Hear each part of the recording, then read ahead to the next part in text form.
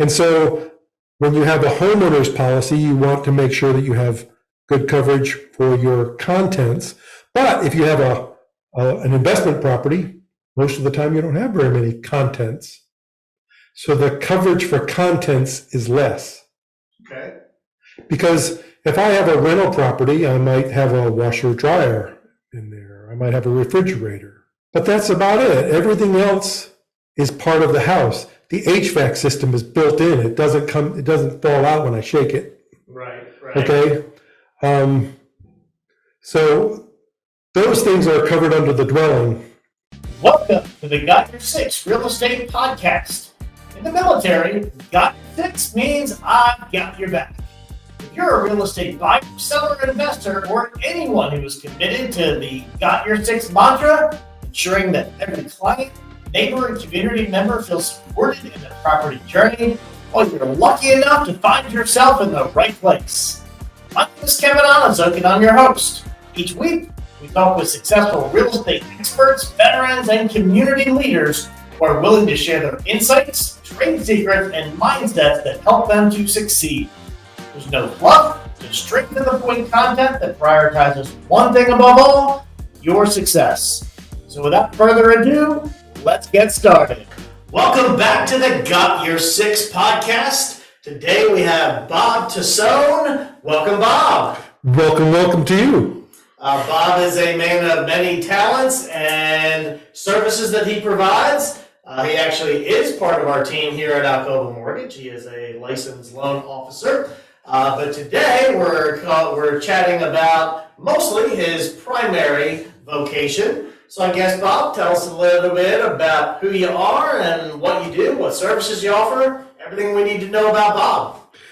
Well, I'm a multi-line independent insurance agent. And so what that means is I started out as a life insurance agent. And then I started branching off into employee benefits. And then we came to the point where we had clients asking us about property and casualty. So I started doing property and casualty insurance. And so then you start working with businesses and you start working with individuals. The next thing you know, you're a multi-line agent. And I've been at it for over 30 years. So I know a little bit about a lot of different kinds of insurance. And some kinds of insurance I know a lot about. So how'd you get into insurance way back when? Well, I was only like 10 years old, I think. When I was in college, I was interested in marketing and sales, and I was interested in media. But at the time, I could not get a job as a media salesman, an advertising salesman, and I needed a job, so I took a job as a life insurance agent. Okay. Because I was told that the life insurance salesman is the greatest salesman in the world. Interesting. And when you start out as a life insurance agent or salesman, you are a salesman. I mean, it takes salesmanship to survive as a life insurance agent, especially early on. But the more that you do insurance or mortgages or whatever you're doing, the more you become just a kind of like a counselor. I don't really sell anything anymore. I talk to people. Sometimes they buy something, sometimes they don't. I don't really care anymore. It works out. Right, you want to help educate and try to provide, a good match for their needs, not necessarily sell. Right. So I'm not in a selling mode. And sometimes I'll have somebody come to me and ask me about a certain type of insurance or policy. And I'll say, if you went in to see a surgeon because you had aches and pains and he told you you don't need surgery, you should listen to him. You're right. And if you talk to an insurance agent and he says you don't need this insurance policy, you should listen to him. Because I am paid to sell the policy, but I don't think it's a good idea for you. So listen to me. Don't argue with me. Do what I tell you. I mean, that's why you go to a professional and someone with knowledge and background. And I agree. We do that on a regular basis. Yeah. On a purchase, it's pretty obvious people have a need for a house. But on a refinance, if somebody is looking to refinance wanting a consultation. Should I do this? Does it make sense? Yeah. Just as often we say, no, I probably wouldn't do this. It doesn't make financial sense to do this.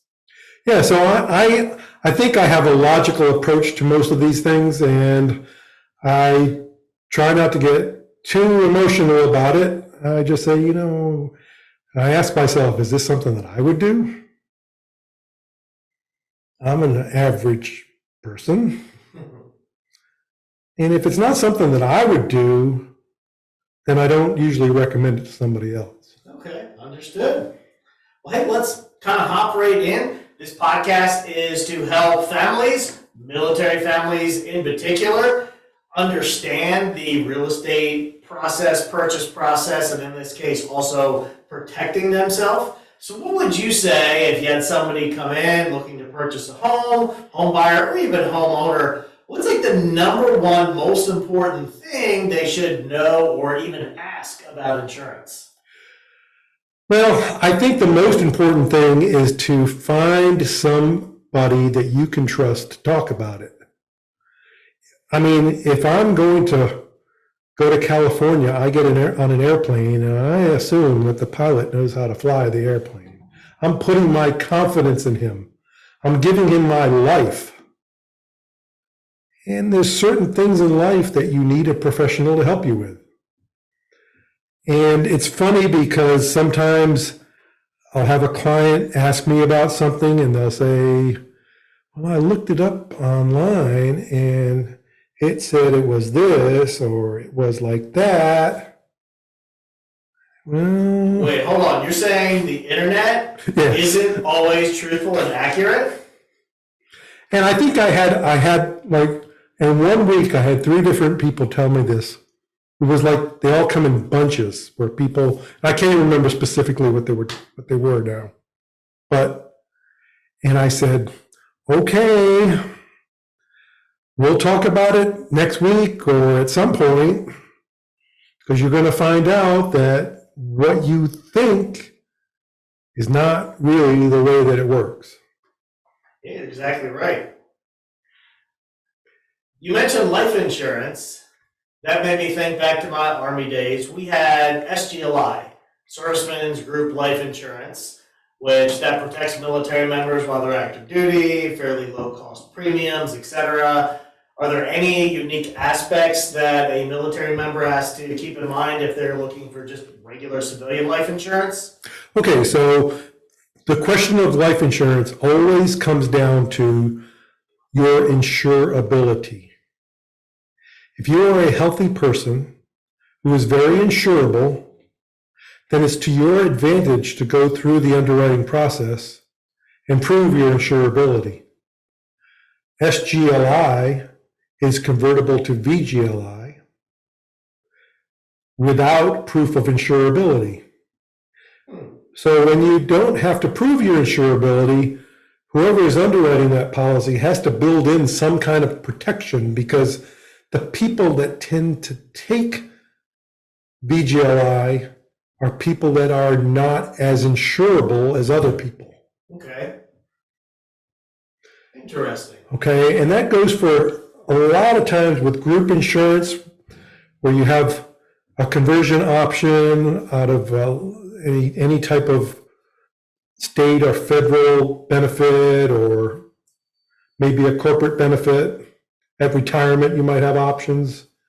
If it's convertible, it sounds like a great thing. You don't have to answer any questions. You don't have to do any exams.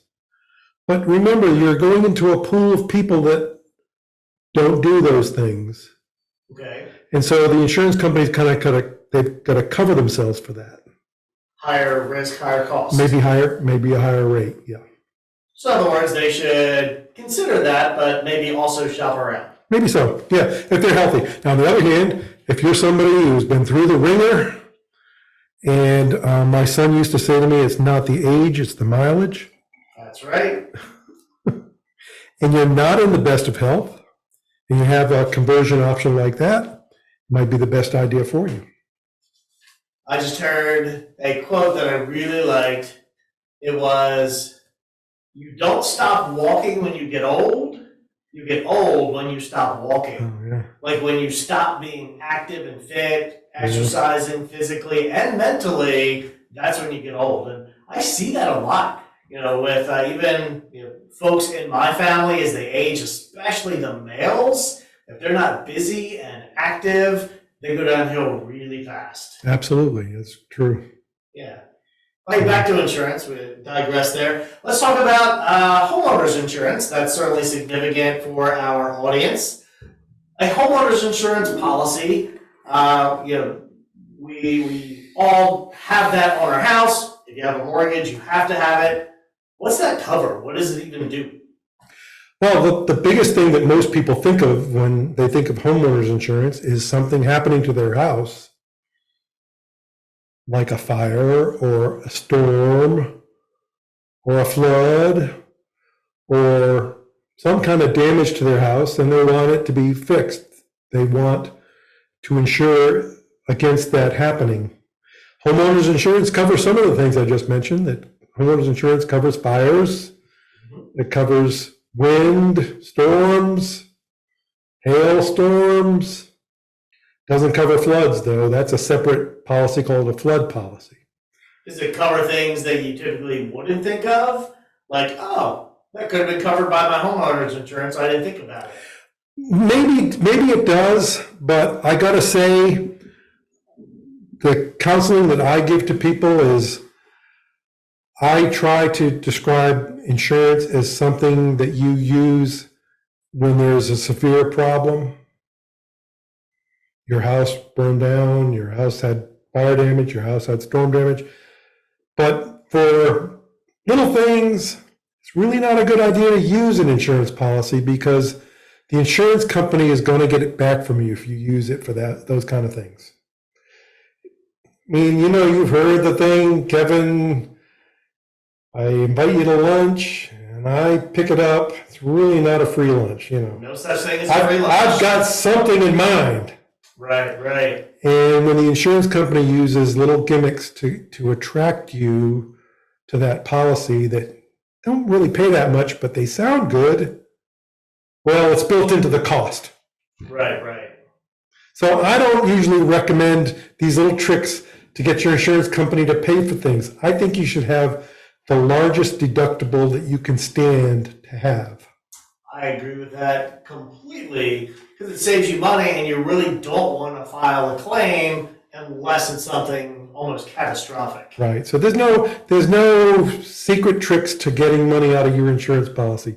I talk to people sometimes and they say, well, I've had this policy for all these years and I've paid into it. Isn't that good news? Isn't that wonderful? You have not had a claim? Would you rather have had your house burned down? Of course not. Would that have made you feel better about your insurance policy purchase? Right. I don't think so. It wouldn't make me feel better.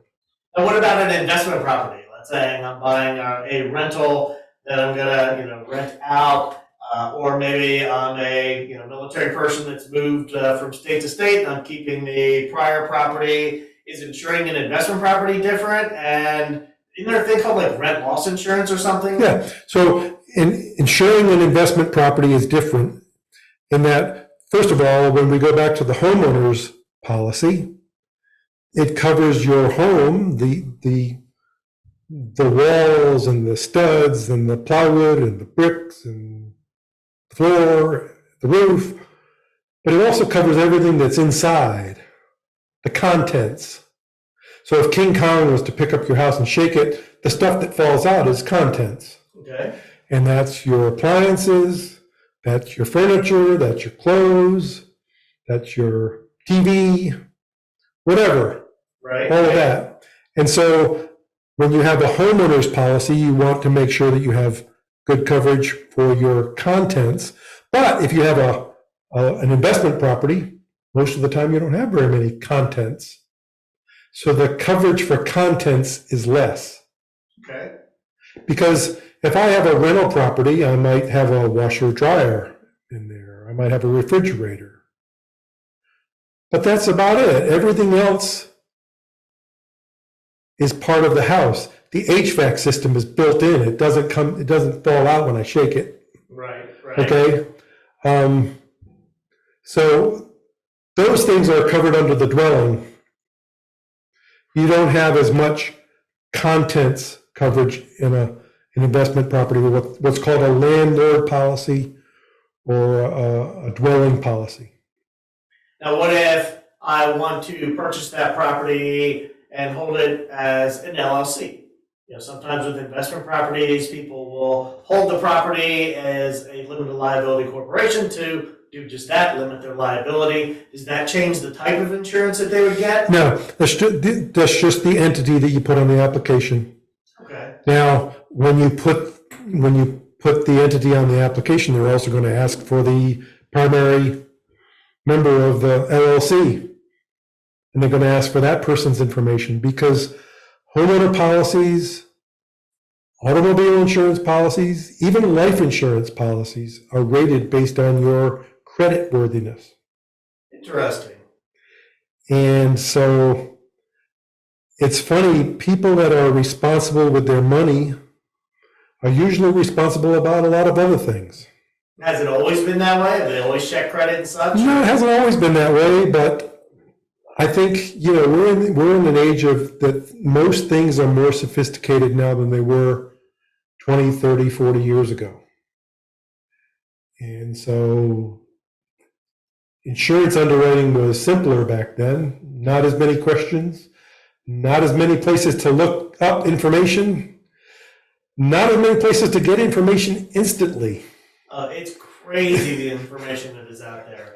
In our world, we run what we nickname it the fraud report, but it's really just kind of a comprehensive background check and the stuff that it can find. Now, we're not looking for a criminal background or anything of that nature, but every home that you may have possibly been associated with, people you've been associated with, and we look at the home buyer / mortgage borrower. We're looking at the real estate agents, the title and closing company. We search everybody on every transaction.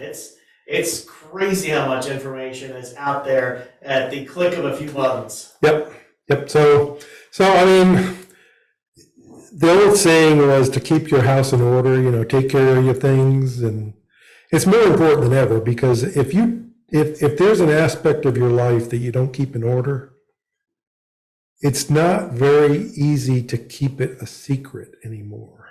You're absolutely right. It's really difficult for other people not to find out about it. And some of these things are out of our control. You manage them the best that you can. But the things that are in your control, try to take care of them. Because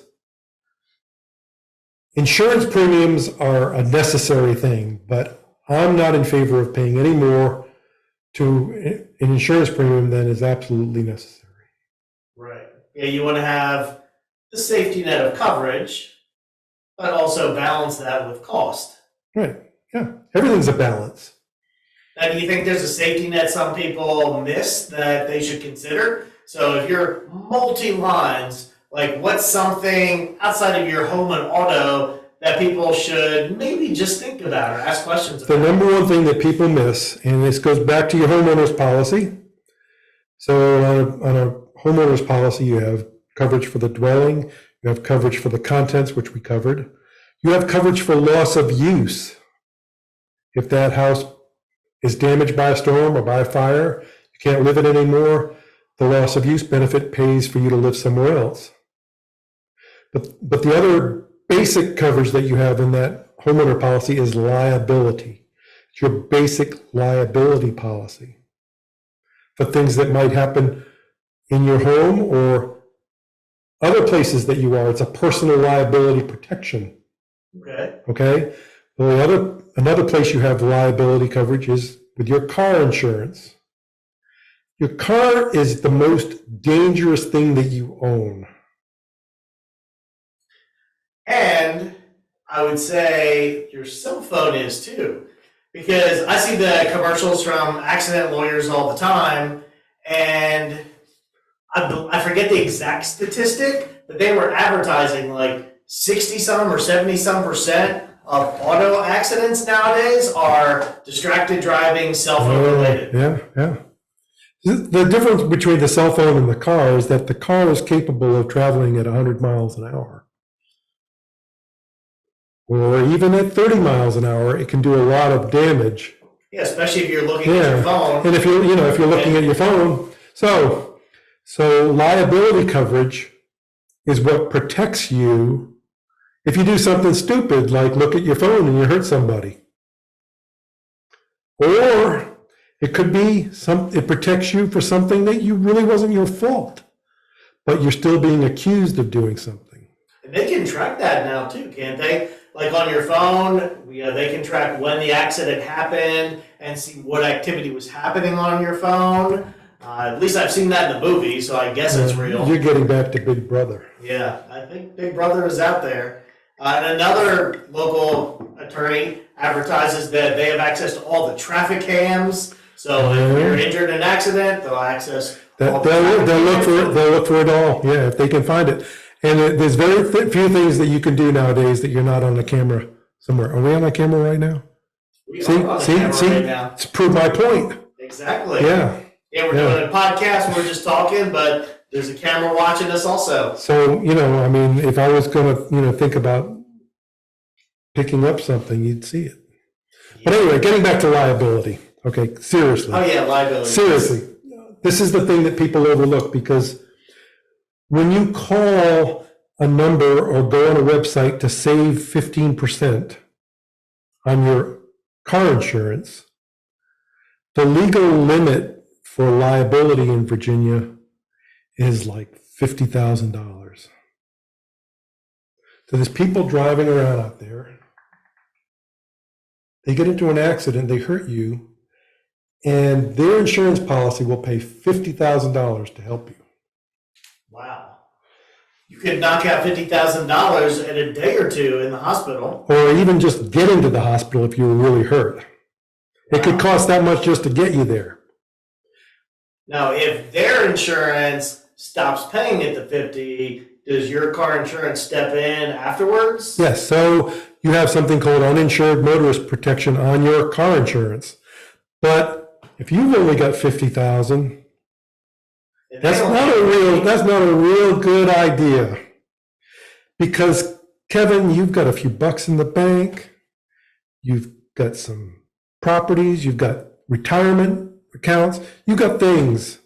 And they come after all of it. They come back after all of it. You wind up becoming the insurance company, okay? You are the insurance company.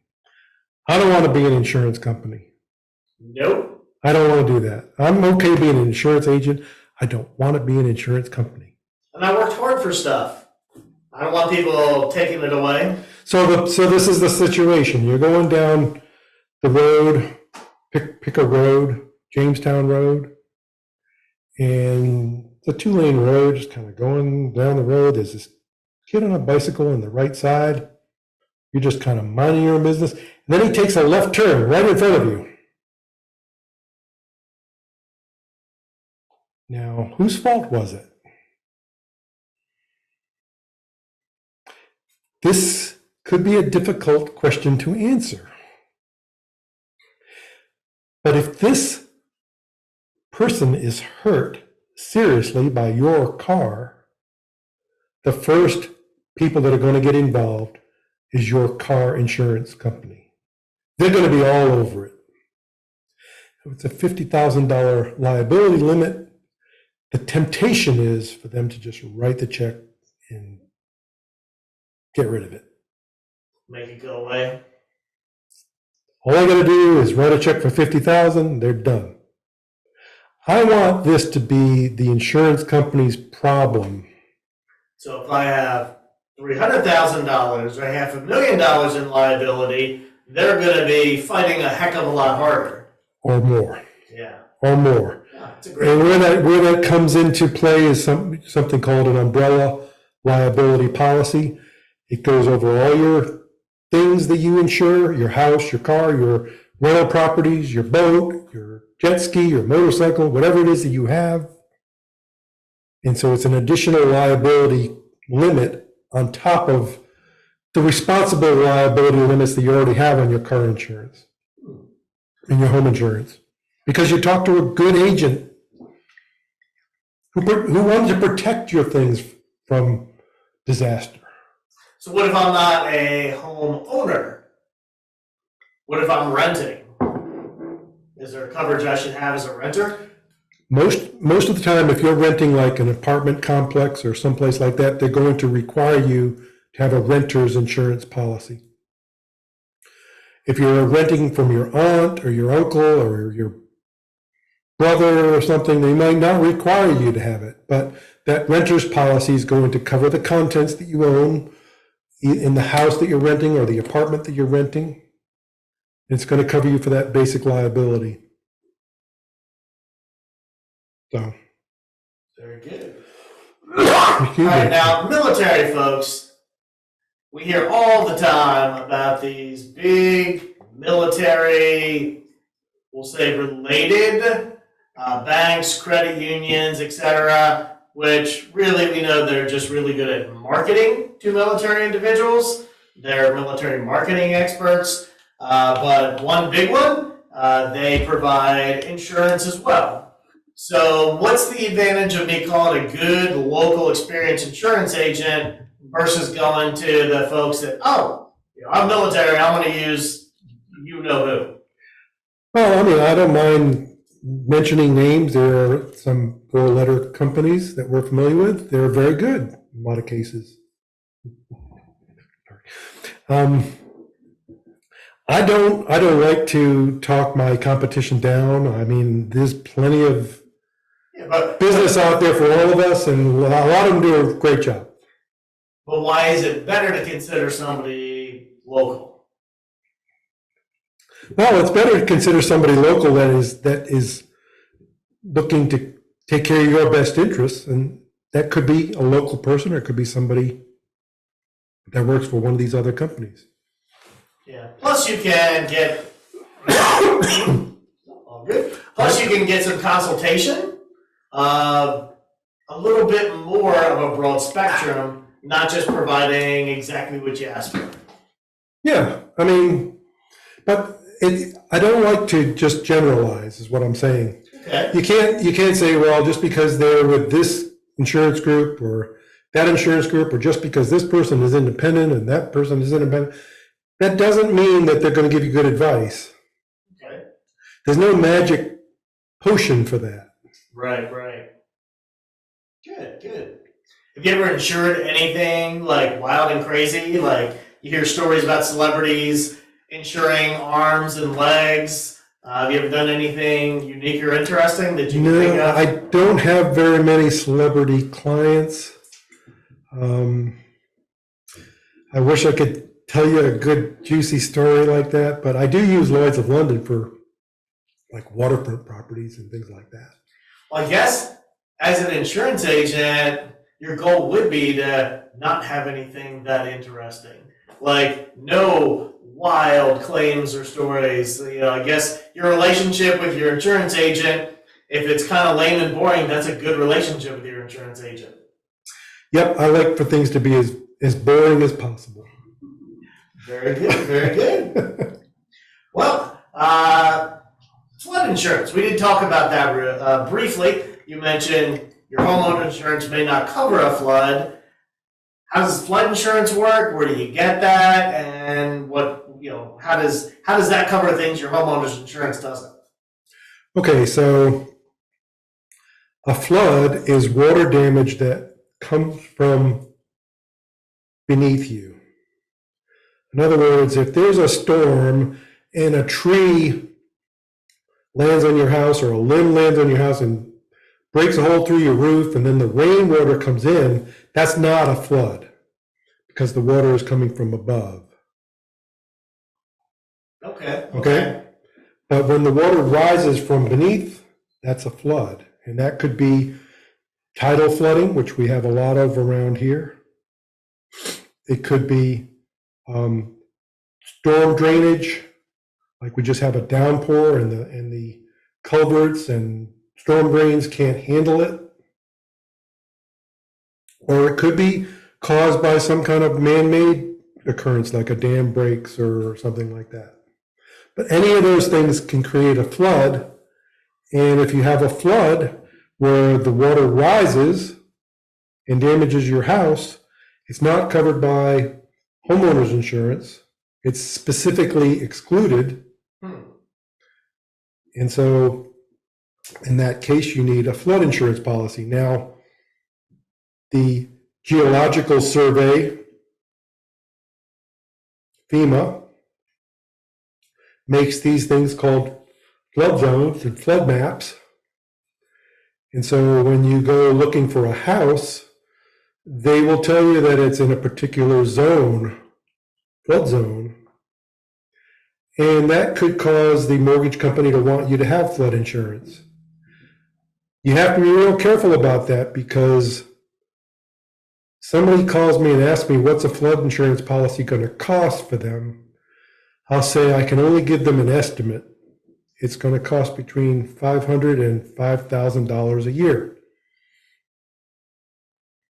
And they say, well, geez, that's a wide range. I said, well, it's because I don't know anything about where the house is, what zone it's in, what kind of steps are taken to mitigate flooding. It could have big vents that allow for floodwaters to flow through the foundation. Could be on stilts. There's a lot of things that go into the rate for a flood insurance policy. Interesting. You mentioned mortgages. I'm just looking at your All About Bob card here. It says you have mortgage cancellation plans in the event of death or disability. Oh, we're going back to the life insurance. It says we're talking housing, military families, any family. Is that something that in case something happens, death or even disability, it takes care of the mortgage? Well, it says it's a plan. So what you should be thinking about is a plan.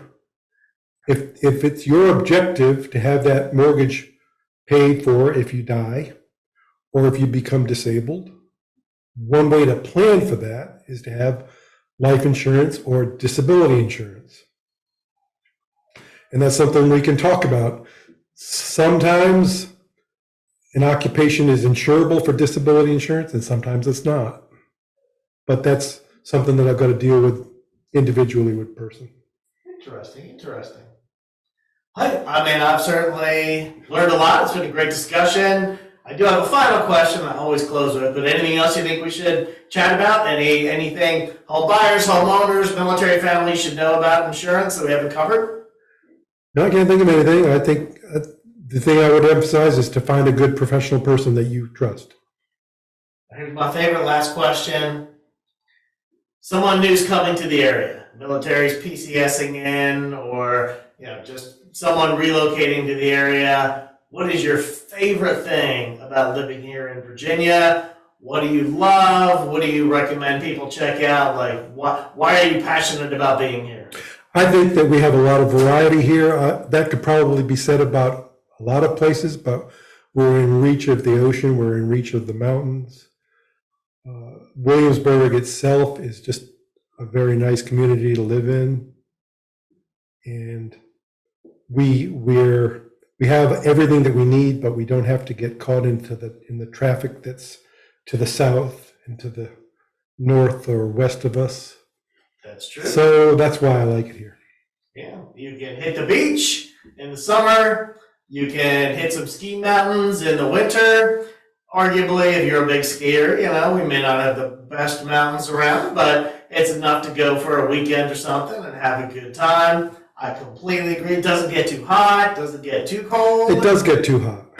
And it gets really humid. We do have our humidity. Yes. I didn't realize I've always been on the East Coast. Born and raised in Delaware, been in Virginia. I didn't realize how much I'm accustomed to humidity till I went where there wasn't humidity. I went to Arizona and I thought I was just gonna shrivel up. It's the first time in my life I've used chapstick and lotion. Yeah. It was just, I couldn't believe it. It was like, oh my goodness, I need to get back to moisture. But I was in San Diego in July and I was thinking, it's going to be so dry and it'll be hot, but it'll be dry. But it was humid there when I was there. it can be really deceiving.